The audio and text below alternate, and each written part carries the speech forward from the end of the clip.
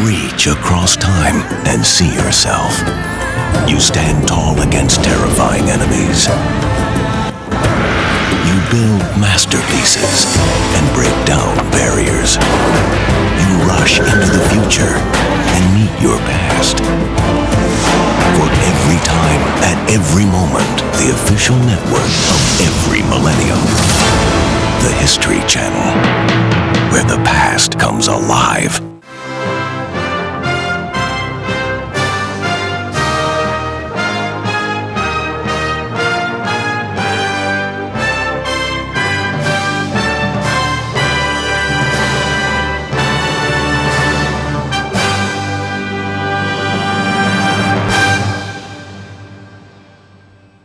On May the 4th, 1970, the violence of the Vietnam War came home to America's college campuses. Troops from the Ohio National Guard suddenly opened fire on a group of student protesters at Kent State University, killing 4 of them, wounding 9 others. It was the first time anti-war protesters had been killed by law enforcement authorities after almost 5 years of demonstrations against the war. The shock of that moment was captured in a photograph taken just seconds after the shooting stopped. The great symbolism of Kent State to me is that riveting picture in which the body of a student is lying face down in blood and a young woman is shouting her bewilderment, her rage at a government that could have allowed something like this to happen. The nation was deeply divided by America's participation in the Vietnam War. While most Americans initially approved of the government's decision to send troops to Vietnam, almost from the beginning there was a small but vocal opposition to the war at home. The protests began on college campuses, where students were against the war and against the draft. We, the students of the United States, refuse to be drafted. We do not recognize the right of the government to draft our fellow students.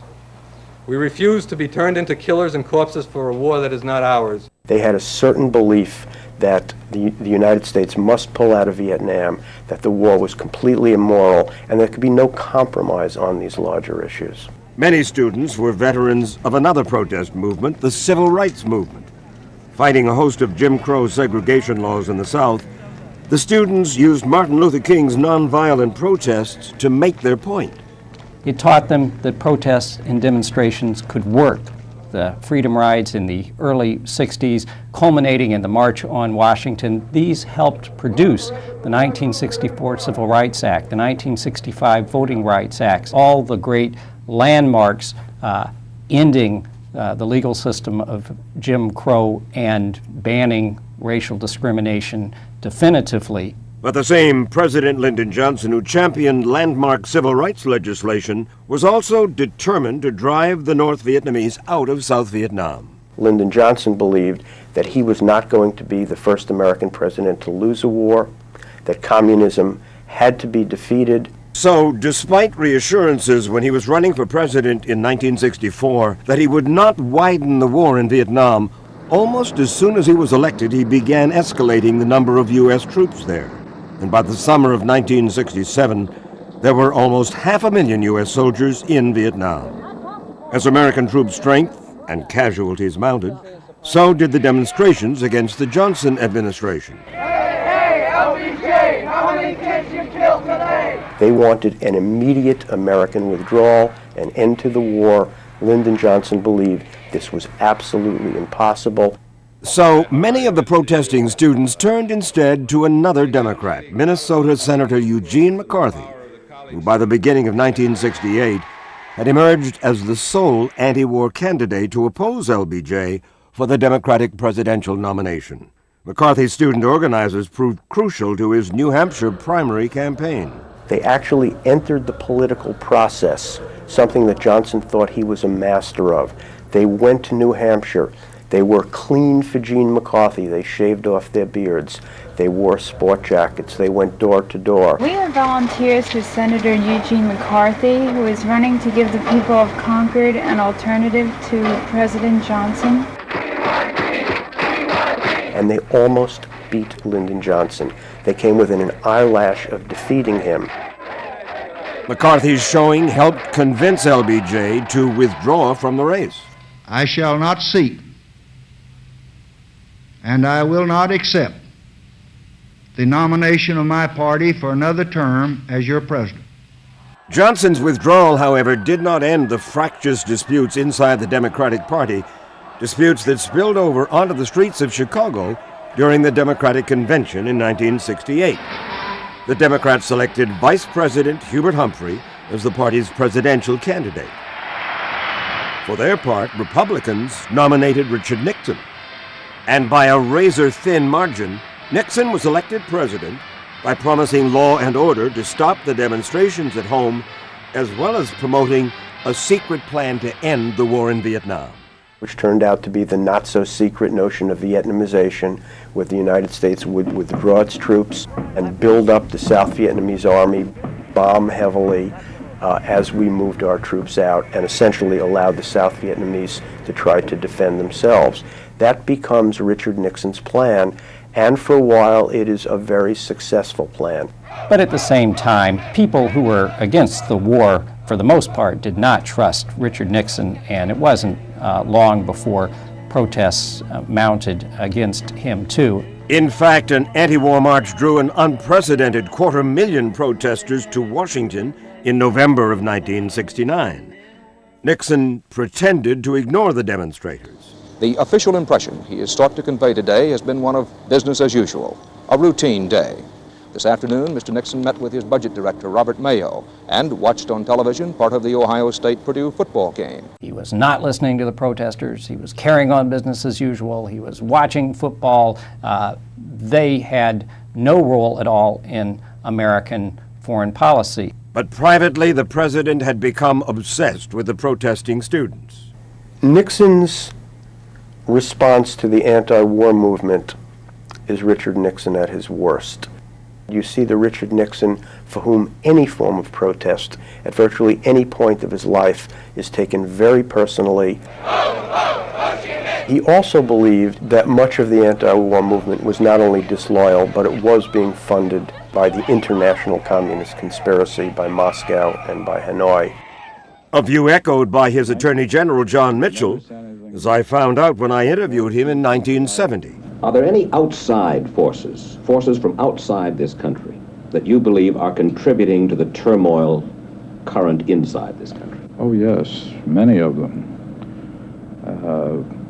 They contribute to the turmoil within this country by exporting to our country their ideologies and, in some cases, finances. And can you tell us about the finances? We know the ideology. Well, these are matters, of course, that are subjects of ongoing investigations, and any specificity here tonight would not be helpful to the Justice Department.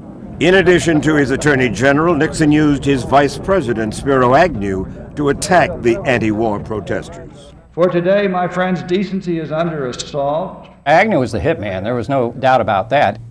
Agnew didn't have many other obvious talents, but with the aid of some skillful speechwriters that included William Safire, Pat Buchanan, people that have gone on to prominence, they wrote for Agnew these tough but catchy speeches attacking the anti-war movement, the nattering nabobs of negativism, and effete core of intellectual snobs, catchy phrases like that.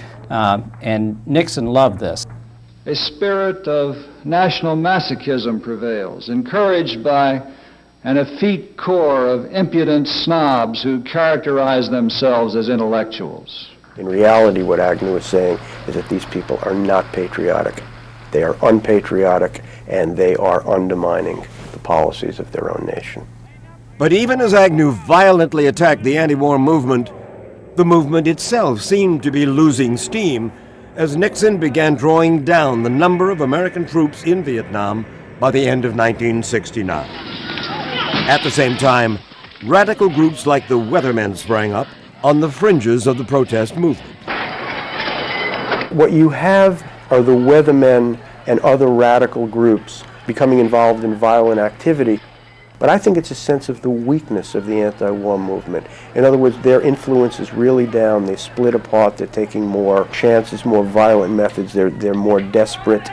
And suddenly, small acts of violence began to occur on college campuses. There were numerous attacks in the United States on college campuses.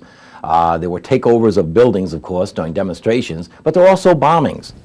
Good evening, my fellow Americans. So as the protesters and the administration became more polarized, President Nixon made a surprise announcement. On April 30th, 1970, Nixon revealed that U.S. troops had gone into neutral Cambodia. In cooperation with the armed forces of South Vietnam, attacks are being launched this week to clean out major enemy sanctuaries on the Cambodian-Vietnam border. This is not an invasion of Cambodia.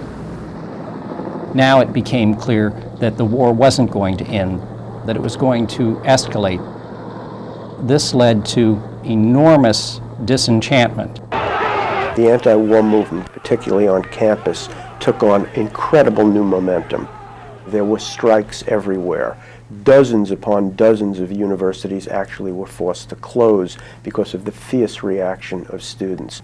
President Nixon called the protesters bums. And although no doubt that comment caused some more anger and animosity, that was just part of a whole escalating polarization and increased hatred on both sides.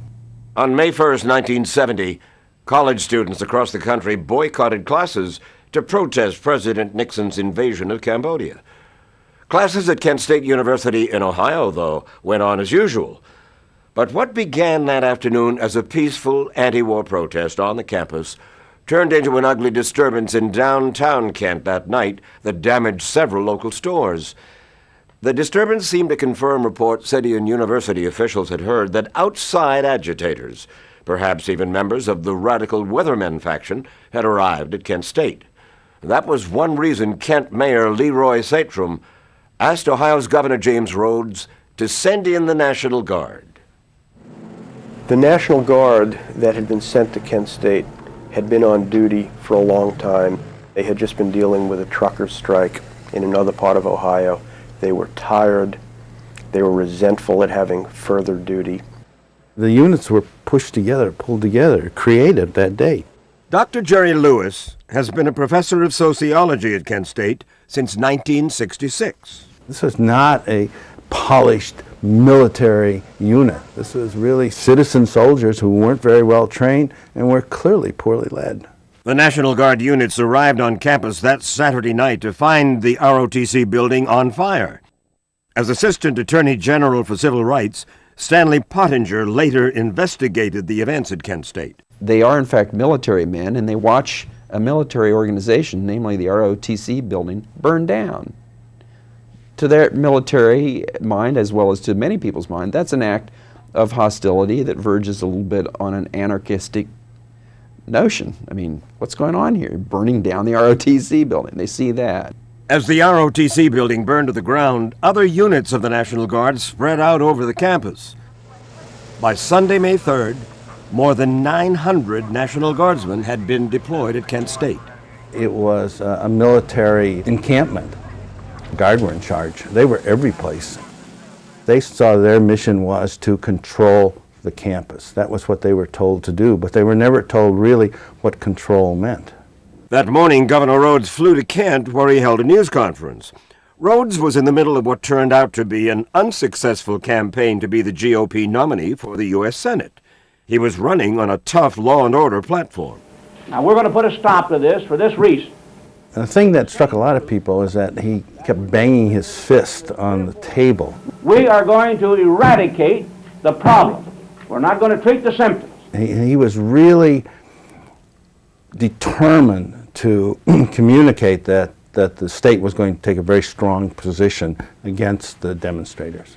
They're worse than the brown shirt and the communist element, and also the night riders and the vigilantes. They're the worst type of people that we harbor in America. And I want to say that they're not going to take over a campus. It redefined the attitude that the Guard had towards students, okay? That they were now no longer students, but they were brown shirts, and they were vigilantes, and they were KKK. University officials banned an anti-war rally scheduled for Monday, May 4th. But by noon that day, some 3,000 students had gathered on the Commons anyway, but most were bystanders. Only about 500 of them were actually protesters. The character of the protest had changed in that it was now clearly directed towards the Guard. The chants were things like green pigs, pigs off campus. Among the protesters was 20-year-old Jeffrey Miller, who had recently transferred from Michigan State. Earlier that morning, he had spoken to his mother, Elaine. I was at my office at my desk on Monday morning, and Jeff called. And he called because he was concerned that I would hear that there were still things going on and I would worry. So he wanted to reassure me. He said he's going to go to the rally. And I said, you better watch it. And he said, well, I might get myself arrested, but I won't get my head broken. Confronting the students were 100 National Guardsmen equipped with tear gas canisters, ill-fitting gas masks, and M1 assault rifles. They were under orders to break up the rally. Dean Kaler, who was wounded in the shootings that day, had been a student at Kent State for only 5 weeks. We were watching the National Guard across the field. They came out, read the riot act to us, told us to disperse. Leave this area immediately. And then started shooting tear gas. When the students responded to the tear gas with jeers and rocks, the National Guard's commanding officer, General Robert Canterbury, ordered his men to lock and load their weapons. There were only 2 states in the Union that allowed the Guard to lock and load at that point, Hawaii and Ohio. So here you are in Ohio where you're allowed to put a bullet right into the chamber of an M1. An M1 is one of the most powerful. I think you fire a bullet in an M1, it'll go 2 miles at least. The Guardsmen then marched across the campus trying to disperse the crowd. There was an exchange of people throwing stones back and forth and tear gas canisters. But nobody was really close. I didn't see anybody at anybody's throats. And they marched up the hill. As they got to the hill, the right rear echelon turned together and fired. The hail of gunfire that followed killed 4 students. 2 were bystanders. 20-year-old Sandra Scheuer, hit in the neck as she crossed the Commons on her way to class, and 19-year-old William Schroeder, who was attending Kent State on a full ROTC scholarship, shot in the back. The other 2 victims were protesters, 19-year-old Allison Krause, who was hit in the chest, and Jeffrey Miller, whose skull was shattered by a bullet. Of the 9 other students wounded in the attack, Dean Kaler was injured the most seriously, permanently paralyzed from the waist down. I was about 100 yards away, and I heard the bullets hitting on the ground around me, and I jumped on the ground, and next thing I know, I got hit in the back with an M1 rifle slug. The fusillade lasted just 13 seconds. 29 Guardsmen later told the FBI they had fired their weapons. Some Guardsmen fired up into the air. They assumed that they were supposed to be firing because everybody around them was firing, but they didn't know what to fire at. They couldn't see a target that seemed to be threatening. So they fired up into the air or into the ground. And then there was this small number of Guardsmen who actually took aim and fired and hit someone. In fact, the shooting might have continued if it hadn't been for the quick action of a Guard officer. There was a somewhat brave act on the part of Major Jones, who, seeing that the firing was indiscriminate and unjustified, took a swagger stick and actually started hitting, walking in front of the Guardsmen, hitting their rifles up into the air, yelling, "Cease fire, cease fire," trying to regain control of the firing. After the firing stopped, there was just this sudden stillness.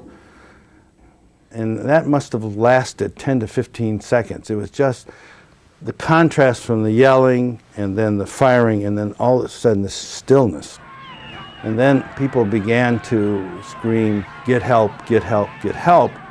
The Guardsmen retreated to the Commons, where a hostile crowd was forming. Well, listen, you've got to stop this. This is turning into a slaughter. Kent State faculty marshals quickly negotiated with the Guardsmen's commander, General Canterbury, to prevent more shootings. The Guard officers told Glenn Frank, who told the crowd, that the students must leave or we're going to come again. And I looked out across the field, and I could see the Guard forming up and getting ready to come again. And I must admit, that scared the hell out of me. They won't leave. They've been told they will not leave. But they will stay there, and they will not do And any they will not make any damage. trouble. You could. We have no option. Sir, you've got a couple hundred students there who might get hurt. Are you already? Can we try to move them out first? Can we try to move them out? Will you give us a chance? How long will you give us? You've got 5 minutes. But it took almost 20 minutes for faculty members to persuade the students to leave the Commons. By then, word of the shootings had begun to spread. Elaine Holstein, Jeffrey Miller's mother, heard the news while driving home from work. And I had the car radio on, and there was a news flash that there had been shootings at Kent State. And I put through a call to Jeff's apartment. He was living off campus with a bunch of boys. And it rang and rang, and one of the boys finally answered. And this is the tough part. I said, let me speak to Jeff. And he said, who is this? And I said, his mother. And he said, he's dead.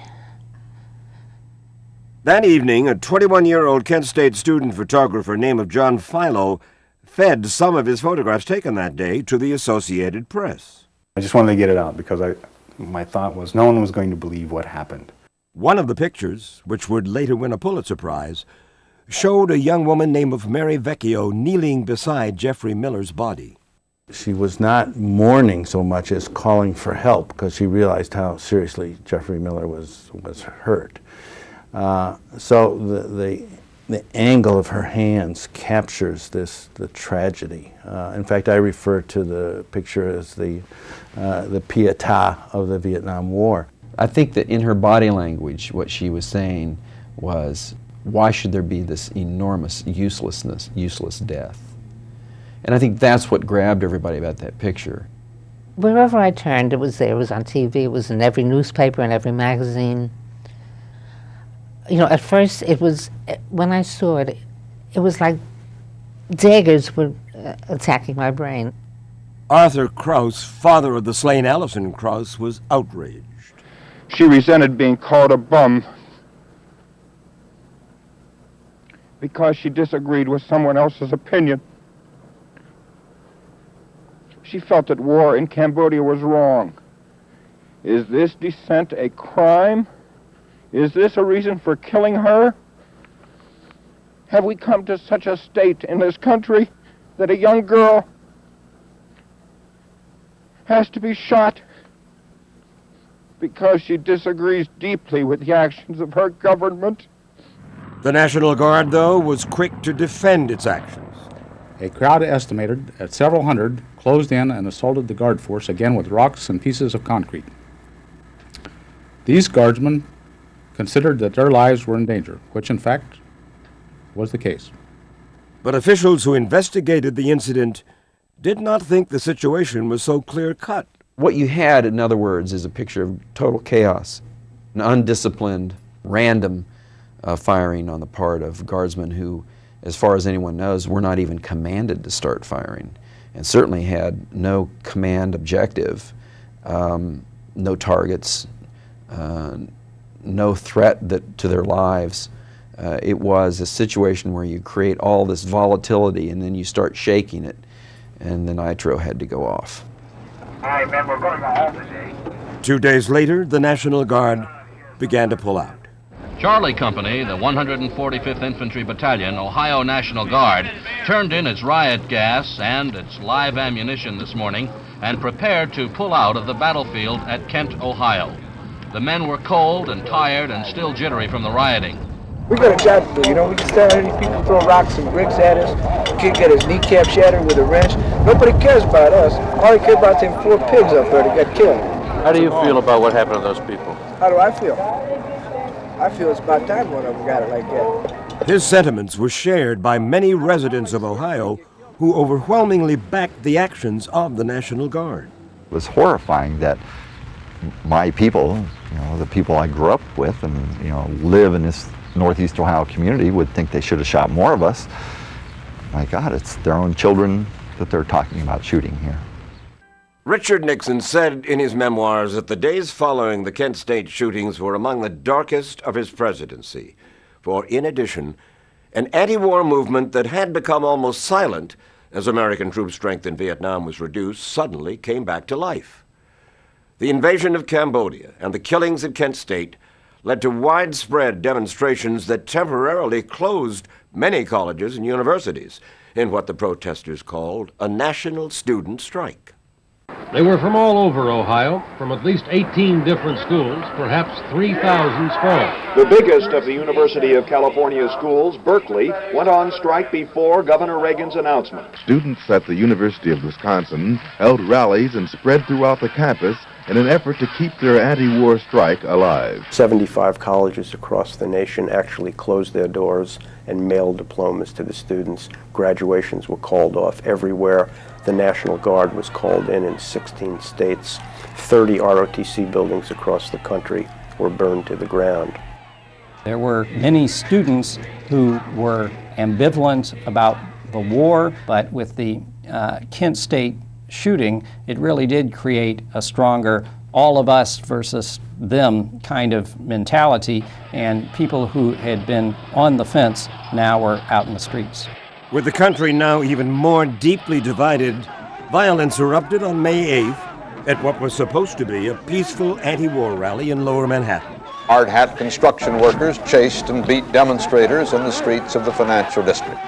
Lower Manhattan became a war zone with dozens and dozens of protesters beaten by construction workers, who then went to City Hall and actually raised the American flag to full staff after Mayor John Lindsay had lowered it to half staff as a way of recognizing the deaths of the students at Kent State.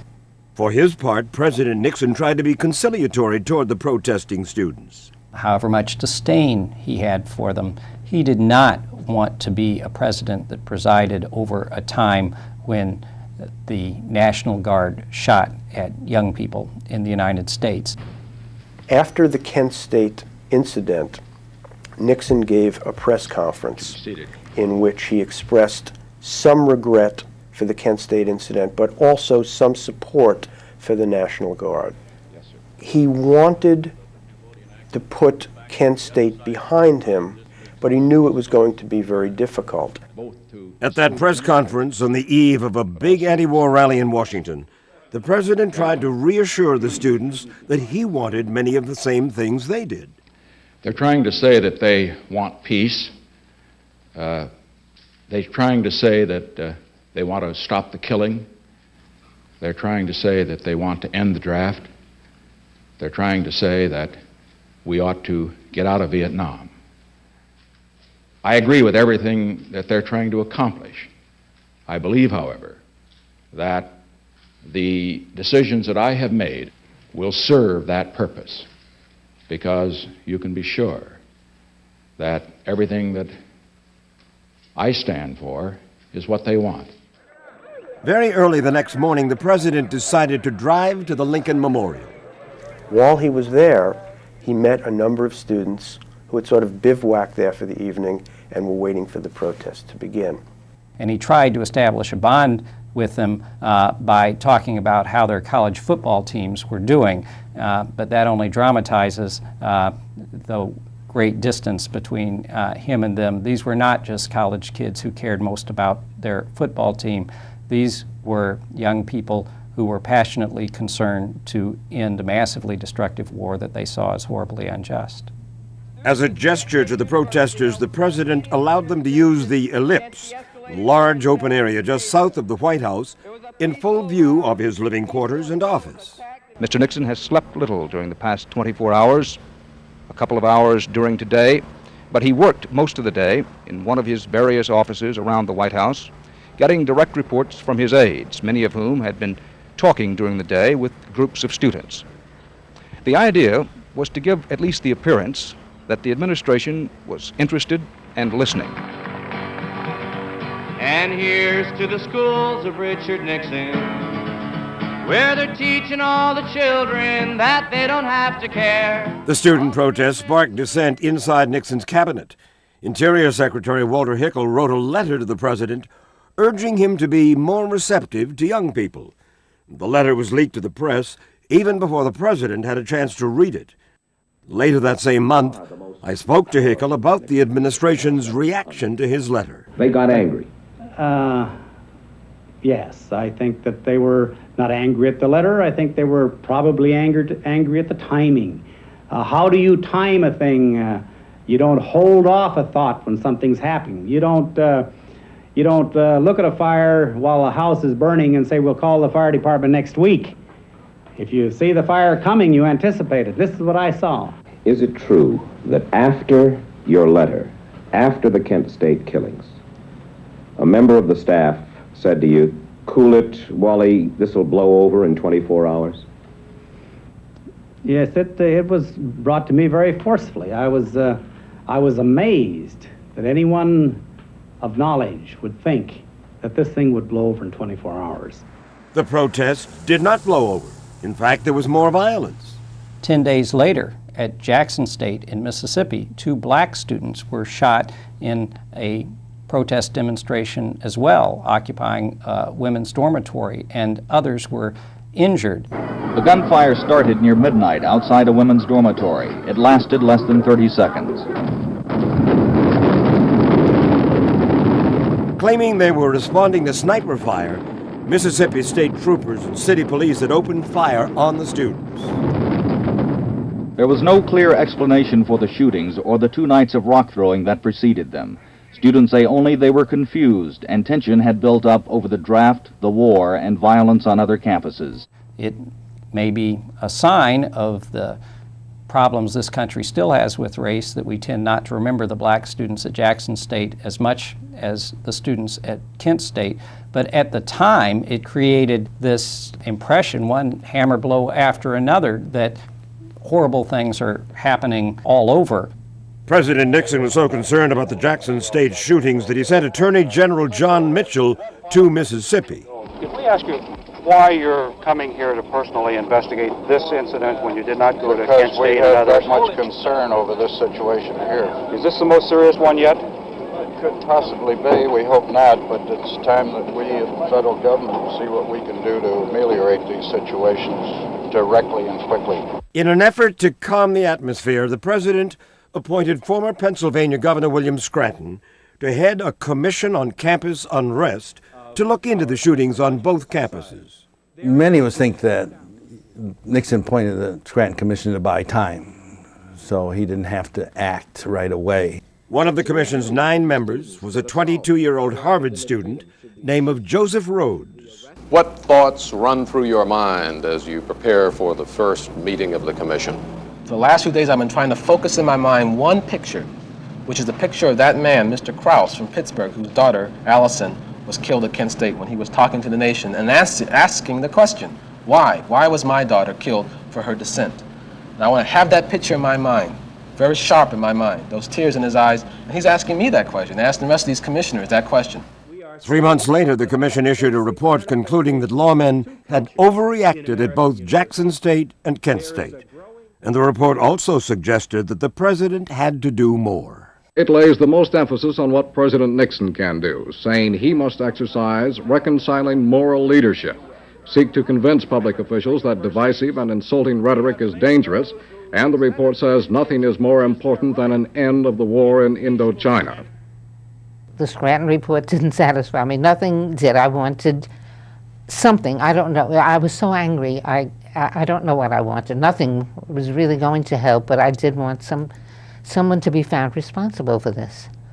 In the summer of 1970, the Justice Department issued a report that was based on a voluminous FBI investigation that found the shootings at Kent State were not necessary and not in order. In addition, the report listed 6 guardsmen who could be held criminally liable for their actions. But it wasn't the guardsmen who were indicted by a special Ohio grand jury in October of 1970. Portage County Sheriff's deputies left their headquarters this morning armed with warrants for the arrest of 25 persons indicted for the Kent disturbances. Half of those were students, including the student body president, 2 of the wounded students, and a faculty member. As for the National Guard members, the Ohio grand jury did not indict them because the grand jury believed they had acted in self-defense. But in its final report, the grand jury came down hard on the university. The grand jury virtually placed the blame for the Kent State tragedy on the university administration, saying that it fostered an atmosphere of laxity, overindulgence, and permissiveness with students and faculty. As it turned out, most of the indictments were later thrown out for lack of evidence, and none of the students ever went to jail. But still, the families of the victims were outraged. She was only with us for 19 years. And when we go to her graveside tomorrow, what do we say? Do we say that there is no justice, Allison? No one cares that you're dead, Allison? That you were executed? Or do we say there is justice, Allison? From the beginning, the parents and the victims of Kent State had wanted Attorney General John Mitchell to convene a federal grand jury to investigate the case, but he refused. According to a news report at the time, the president himself had ordered Mitchell not to convene the grand jury. But when Elliot Richardson became Attorney General in 1973, the families redoubled their efforts. I wrote a letter to Elliot Richardson when he became Attorney General, and I sent a copy of it to my lawyer, who told me he was sending it to the New York Times, and it appeared on the op-ed page of the Times. The letters and petitions ended up on the desk of the new Assistant Attorney General for Civil Rights, Stanley Pottinger. So I asked one of my deputies to tell me what the status was of that case, and he said it's closed. It's been closed since 1971. I said, well, why was it closed? Did the state of Ohio bring indictments? He said, no, not really. They did an investigation, but they indicted the students, not the Guard. Pottinger got Attorney General Richardson's permission to reopen the case, and he held a press conference announcing the news. After the press conference, he received a call from Richardson. He said, I just got a telephone call from Bob Haldeman, who is President Nixon's chief of staff, saying that the president had just read the banner headline in the afternoon Washington Star to the effect that the Kent State case was being reopened. And as he's put it, we had to peel the president off the walls with a spatula.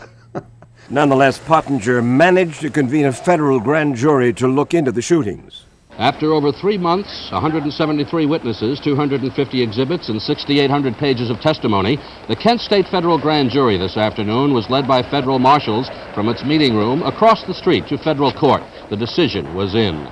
8 members of the Ohio National Guard were indicted for conspiracy to violate the victims' civil rights. The 8 were chosen because they were the individuals whom we could demonstrate had actually fired at and hit students. But 10 days into the trial, before the government had presented all its evidence, the judge threw out the case.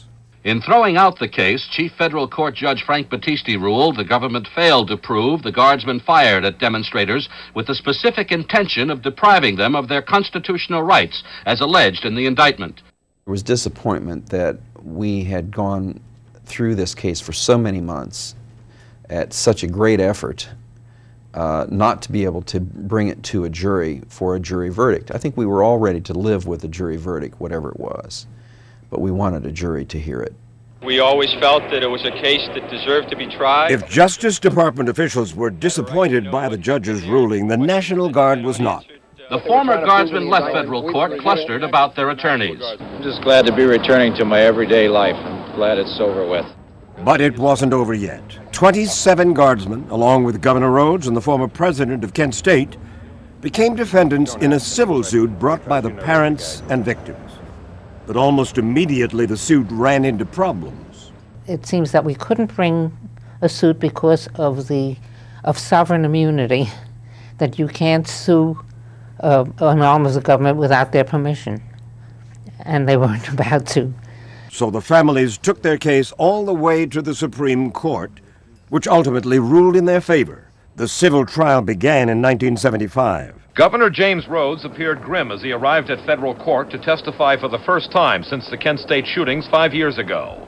Although a defendant in this civil trial, Rhodes was called as a witness by the plaintiffs, who are seeking $45 million in damages.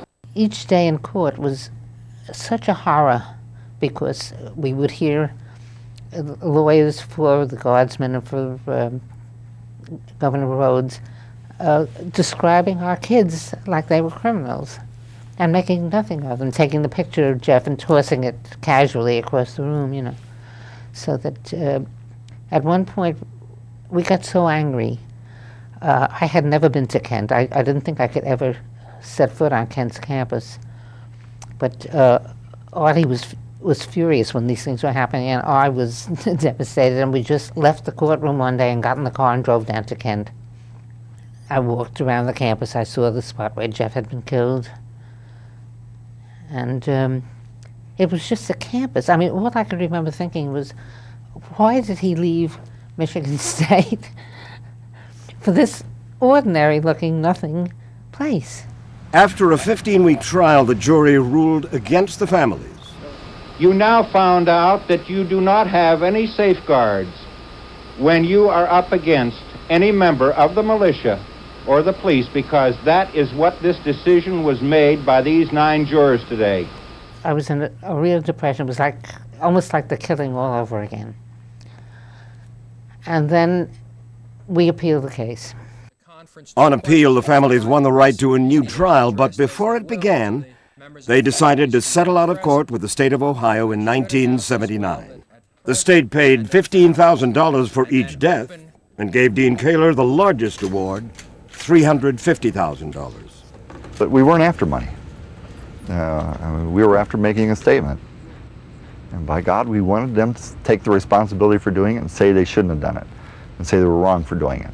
Instead of an admission of guilt, the Guardsmen and Governor Rhodes signed a letter expressing only their regret.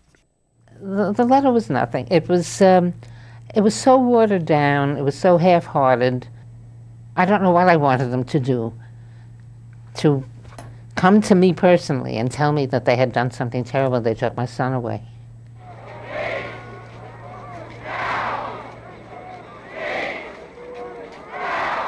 The spasm of protest that had followed the Kent State shootings ricocheted across the nation in 1971, when an estimated 500,000 people, the largest demonstration in the nation's history, came to Washington to protest the war. It would turn out to be the last big anti-war rally of the Vietnam War. The reason it peters out is that Richard Nixon stays on schedule with the withdrawal of American troops from Vietnam. In early 1973, the United States signed an agreement to end the war with North Vietnam. By the time the last U.S. ground troops left Vietnam and the American POWs came home in the spring of '73, the turbulent era of protest came to an end.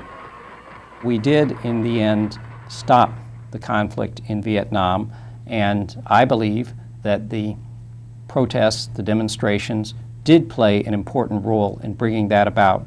But among all the anti-war demonstrations, Kent State stands out.